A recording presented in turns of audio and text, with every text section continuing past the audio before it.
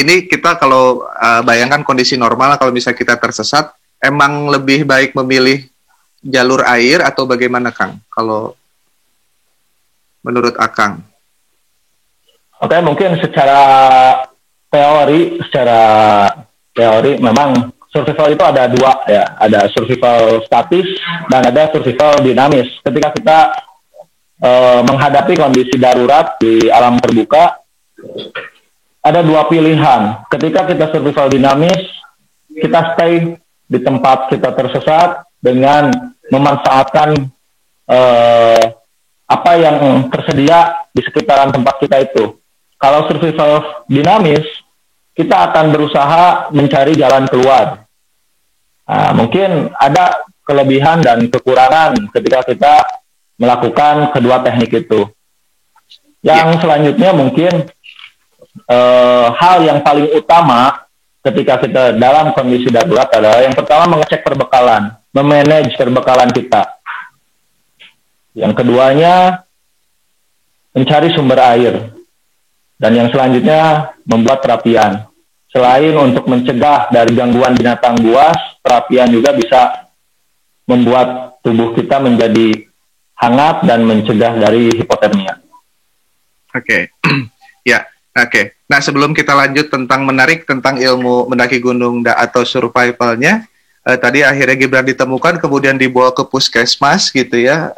Alhamdulillah selamat gitu. Kemudian di situ mulai banyak informasi beredar, juga ada wawancara dari Gibrannya, walaupun kondisinya masih lemas waktu itu, cuman media mungkin sudah tidak sabar gitu ya, sudah banyak informasi beredar. Oke, Kang, apa namanya? Gibran ini katanya semua barang-barang itu di tenda. Gibran tidak membawa apa-apa. Betul ya? Betul sekali. Menurut pengakuan dari teman satu tendanya, memang perlengkapan Gibran mulai dari keril, pakaian ganti, sepatu, dan handphone itu ditinggal di tenda, di dalam tenda. Nah, kalau handphonenya sendiri kenapa ditinggal? Karena pada malam hari sebelum tidur, itu rekan satu tendanya mengkoordinir supaya handphonenya digabung, disimpan, disatukan, supaya tidak terjadi kehilangan. Seperti itu, Kak. Makanya handphonenya ketinggalan. Jadi bukan sengaja ditinggalkan kayaknya. Oke. Jadi ada mekanisme dari tim panitia untuk menggabungkan handphone. Kalau menurut Akang bagaimana ya mengenai manajemen itu? Betul. Kalau menurut Akang bagaimana? Sebenarnya itu bukan dari panitia ya, itu dari rekan satu tenda. Oh, rekan satu tenda inisiatif mungkin ya? Inisiatif dari rekan satu tenda, ya. Mungkin karena waktu itu weekend, banyak pendaki juga, dan mungkin sering juga di wilayah Guntur ada laporan kehilangan, akhirnya inisiatif seperti itu. Ya memang sebuah hal yang tidak salah ketika barang-barang dikoordinir, disatukan. Cuma permasalahannya ketika yang menjadi permasalahan adalah ketika tim ini terpisah. Itu sebenarnya, Bang. Iya, oke. Tim ini terpisah. Iya, itu memang ininya ya, permasalahannya. Oke. Nah, agak menarik nih, coba kita analisis semampunya aja, Kang.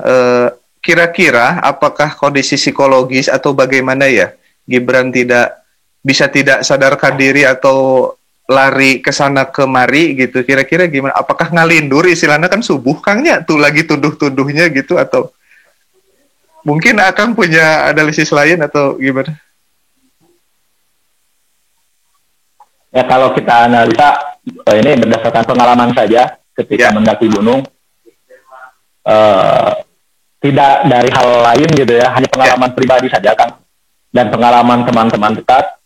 Jadi ketika kita subuh-subuh atau kita sudah begadang, kecapean, biasanya ketika kita bangun tidur langsung ke air, kadang kalau istilah Sundanya ada sedikit linglung gitu. Nah, itu. Nah, mungkin karena faktor kelelahan juga bisa menyebabkan orang jadi tidak fokus. Sehingga mungkin harusnya ada sebuah teori bahwa ketika naik gunung, kalau sore hari itu harus stop karena peralihan dari siang ke malam. Begitupun subuh, peralihan dari malam ke siang, yang dimana secara visual kita akan sedikit tersamarkan. Itu akan sedikit tersamarkan sehingga tadinya jalan misalkan ke kanan, pulangnya akhirnya kita ke kiri. Nah, itu sebenarnya itu faktor-faktor yang bisa dijelaskan secara ilmiah, kita. Ya, oke. Ya, subuh-subuh juga ya kejadiannya. Oke. Dan juga kayaknya bukan wajar ya, sangat kemungkinan besar juga karena Gibran tadi remaja, terus juga katanya pengalaman naik gunungnya belum banyak. Setelah mungkin linglung kemudian katakanlah merasa tersesat di situ, bingung mungkin ya, Kang ya. Gitu. Langsung drop mungkin mentalnya gitu ya. Apalagi iya, betul. Feelingnya kan belum terasa kan. Seperti itu. Mentalnya juga belum terasa karena faktor latihan, faktor pengalaman juga masih sangat minim.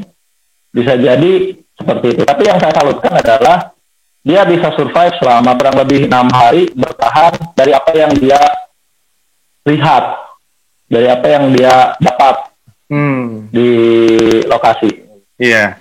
Jadi itu alami mungkin ya gitu, ada insting bertahan gitu ya, alami dari insting bertahan hidupnya jalan, dia tidak menyerah gitu. Iya, oke.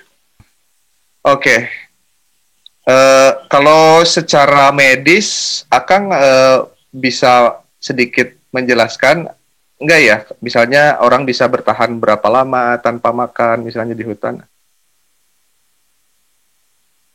Ya, secara teori orang ketika bertahan hidup, ketika melakukan survival, dia dapat makanan, tapi tidak dapat air sama sekali, dia hanya bisa bertahan 3-4 hari. Oke.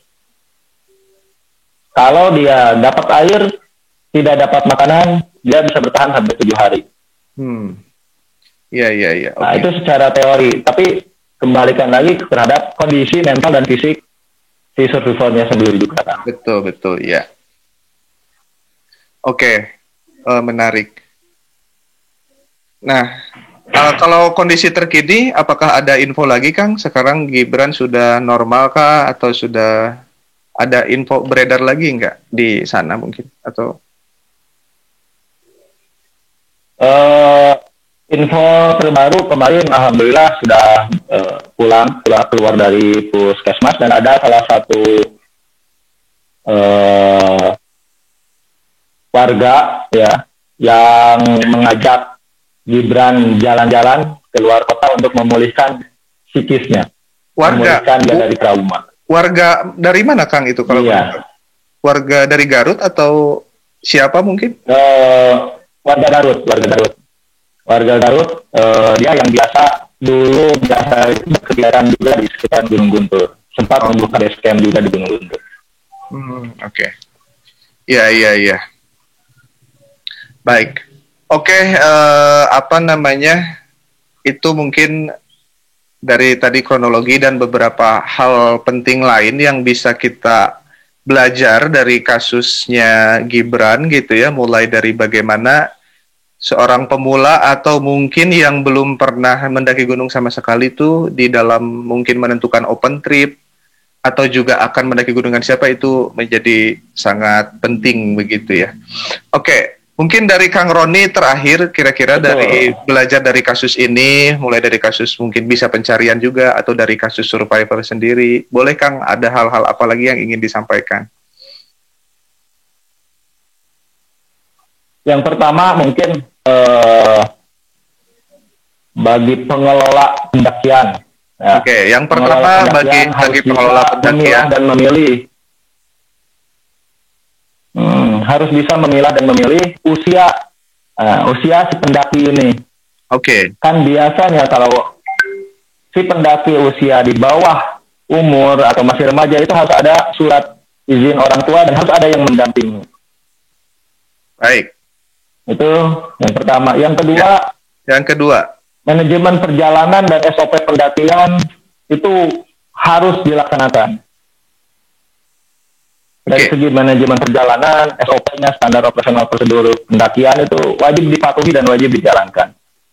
Bagaimana cara membagi tim, bagaimana cara membagi tugas dan tanggung jawab, itu mutlak dilakukan. Apalagi kita membawa orang baru, orang yang tidak kenal, berarti tanggung jawab kita membawa 2 nyawa. Selain membawa nyawa kita sendiri, kita juga membawa nyawa orang lain. Dan itu perlu kehati-hatian dan perlu tanggung jawab yang tinggi. Ya. Ya, yang kedua itu tentang manajemen tadi. Masih ada, Kang? Ya, mungkin yang terakhir saya hanya semua yang terlibat kemarin itu semuanya adalah pahlawan.